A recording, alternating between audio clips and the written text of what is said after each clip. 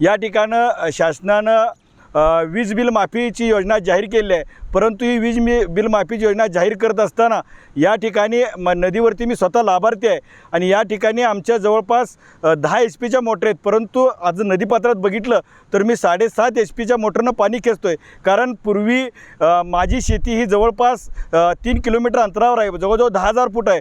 त्यामुळं 10 HPचं त्याचं हेड जास्त असल्यामुळं त्या ठिकाणी आम्हाला 10 HPच्या मोटरी बसवत लागत होत्या, परंतु सध्या नवीन टेक्नॉलॉजीमुळे ह्या मोटरी आम्ही नदी काठावर न बसवता थेट तराप्यावरती पात्रामध्ये बसवा लागलो आहे.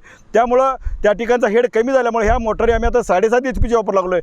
परंतु शासनाच्या या धोरणामुळं आम्ही ह्या जे 7.5 HPचा जो क्रायटेरिया लावला आहे त्याच्यामध्ये आम्ही बसत नाही आणि त्यामुळं माझी शासनाला विनंती आहे 10 HP ते 12.5 HP सरसकट शेतकरी या ठिकाणी घ्यावेत. देवाभाऊ, खऱ्या अर्थानं तुम्ही लाडक्या बहिणींच्यासाठी बरंच काही करता, पण माझी आपणाला विनंती आहे या भगिनीसुद्धा शेतकरी आहेत आणि त्याचासुद्धा त्यांना लाभ यावा.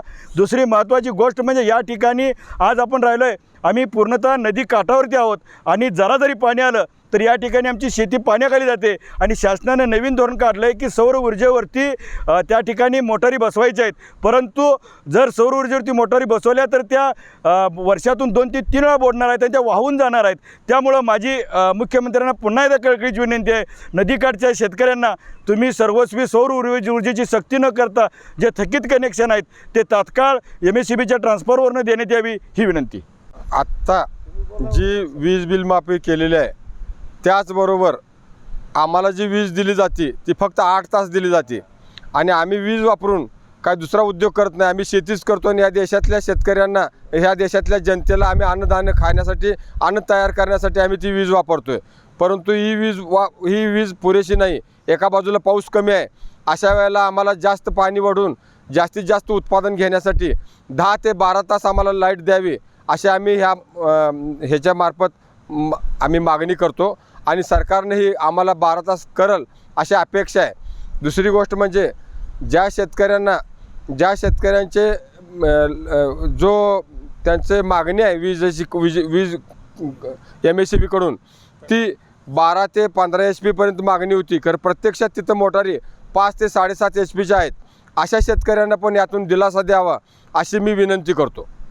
आता ज्या सगळ्या शेतकऱ्यांच्या ज्या मोटरी आहेत त्याच्यात दुजाभाव न करता, मग ते 7चे असू दे, 10चे असू दे किंवा 20चे असू दे, शेतकऱ्यांच्या सगळ्यात काही गोष्टी अशा आहेत की शेतकरी लांब पल्ल्यापर्यंत न्यावं लागल्यामुळं त्या मोटरीच्या अश्वशक्ती जास्त आहे.